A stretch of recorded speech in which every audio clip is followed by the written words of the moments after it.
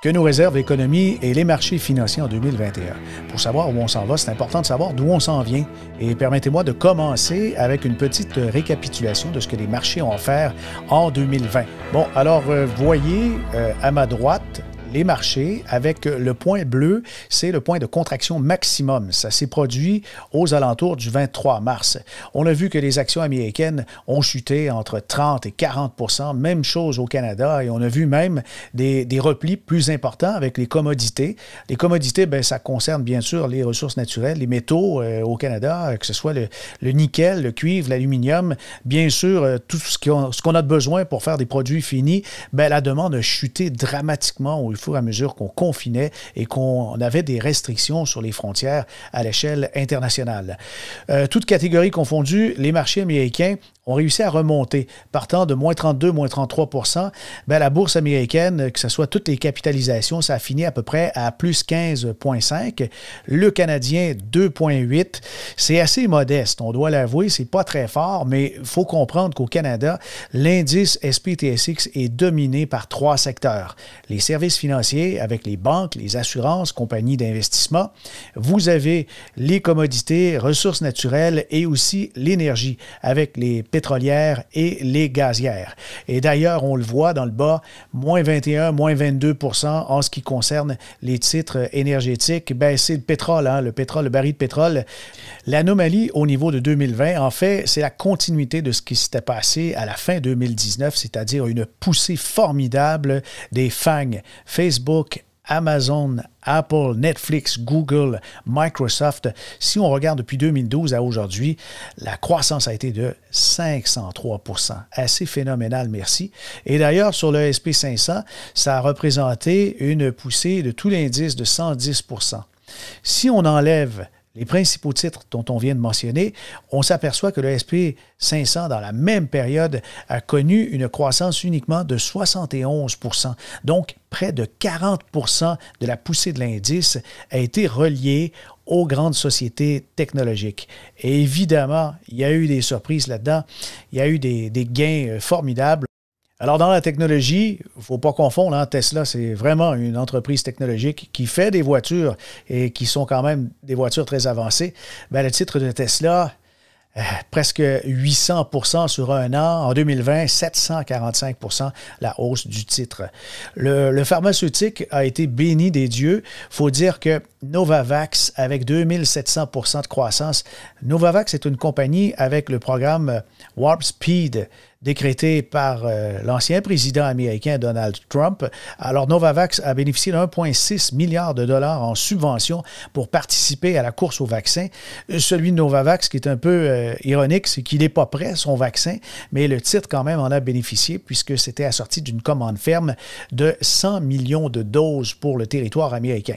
Et en dessous de Tesla, vous avez Moderna qui a connu une croissance supérieure à 400 %. Zoom, outil de prédilection pour bien des familles pour faire des 5 à 7 en 2020 durant le confinement, 400 % d'augmentation. Et le fameux Bitcoin aussi a eu toute une année avec plus de 303 %.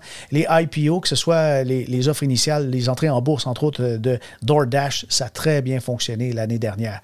Mais là où on a eu de très mauvaises surprises, c'est dans l'industrie, bien sûr, des croisières.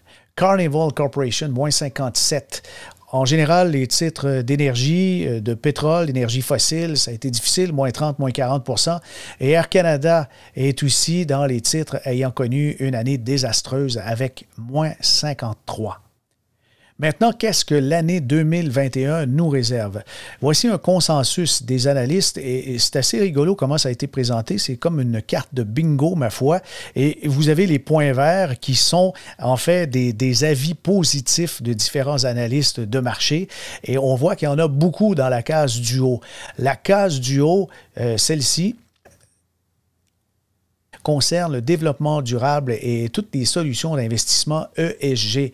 Bien là, vraiment, il y a une multitude une majorité d'analystes qui considèrent qu'avec la venue d'un gouvernement démocrate et surtout Biden, l'a maintes fois répété, lui, il n'est pas question de favoriser les énergies fossiles et on veut donc favoriser le développement durable. Tout ce qui est environnement socialement responsable et saine gouvernance sera encore une fois favorisé. On voit que c'est devenu vraiment un signal pour le long terme.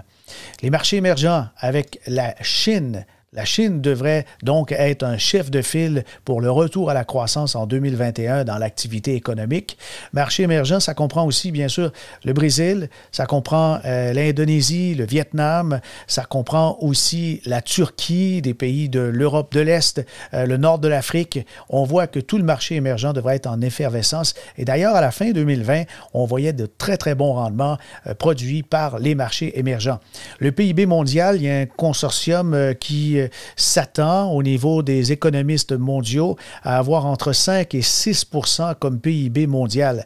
Ça semble faible comme ça, mais plus de 2-3 %, c'est quand même des bonnes années de croissance à l'échelle planétaire, là. Alors 5-6 %, on prévoit donc quelque chose de très bien pour 2021. Les petites capitalisations devraient aussi offrir de bons rendements en 2021. C'est ce que croient de nombreux analystes financiers, puisque les PME, de par définition, elles sont agiles, elles sont résilientes et sont capables de s'adapter rapidement aux changements et parfois mieux que certaines très grandes entreprises. Et ce qu'il y a d'un peu drôle avec cette fameuse carte de bingo consensus des analystes financiers, c'est juste ici, vous voyez la case qui montre Summer of Love 2021. L'été de l'amour. Qu'est-ce que c'est que ça, l'été de l'amour? C'est en fait peut-être bien une partie de l'économie reliée au rassemblement, aux festivités, aux conventions, aux conférences. Si on peut se déconfiner, on va probablement se rassembler. La restauration, le tourisme devrait en bénéficier. Alors, on le souhaite tous, hein? On le souhaite. Alors ici, il n'y a pas quand même un consensus très, très fort, mais quand même, certains analystes s'attendent à ce que l'été 2021 et l'automne 2021 favorisent les rassemblements familiaux et aussi entre amis et d'affaires. Enfin, j'attire votre attention sur les probabilités qu'il y ait une reprise des marchés en 2021. Il y a Fiera Capital qui fait toujours de très belles analyses trimestrielles et en ce qui concerne l'année qui débute, on s'attend à une reprise rapide dans des proportions de 55 %. Ce sont les probabilités estimées par les différents analystes et gestionnaires de l'équipe de Fiera Capital. 55 % c'est élevé, en fait c'est plus que le hasard et vous avez des probabilités d'une reprise timide à 30 %. Mais si on dit tout simplement probabilité de reprise, ben on a, en additionnant les deux chiffres, quand même 85 %. C'est pour ça qu'on a le droit, je pense, d'être optimiste en 2021. Possibilité d'une chute, d'une rechute de l'économie et des marchés financiers? Oui, probablement. Il y a la Deutsche Bank qui, lorsqu'on questionne ses clients institutionnels, il y a une réponse à 89 % qui croient qu'en 2021, il pourrait y avoir des corrections boursières. Les corrections boursières devraient toucher à 2 bulles spéculatives et elles les ont identifiées. Ces bulles ont été identifiées comme étant la technologie avec les grandes sociétés dont on a vu tantôt quelques ambassadeurs et aussi les crypto-monnaies dont le Bitcoin qui a eu une croissance de 300 %. C'est un peu normal quand il y a des sursauts comme ça et il y a des rebonds spectaculaires d'avoir des prises de profit et il est probable aussi que ces corrections soient d'une forte amplitude avec les deux segments qu'on a identifiés comme étant avec des bulles spéculatives extrêmes, soit les crypto-monnaies et les grandes technologies, grandes sociétés technologiques américaines.